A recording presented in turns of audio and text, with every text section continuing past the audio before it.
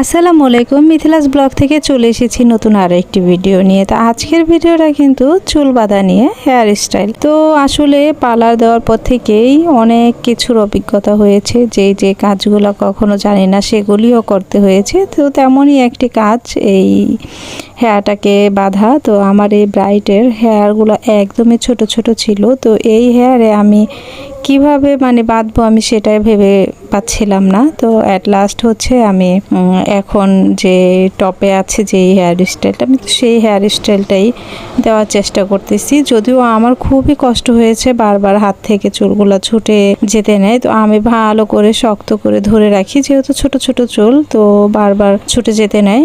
তো আসলে আমরা অনেক ক্লায়েন্টই মনে করে যে আমরা পার্লারে যারা আছি ওনারা, তারা অনেক অসম্ভবকে অসম্ভব করতে পারি।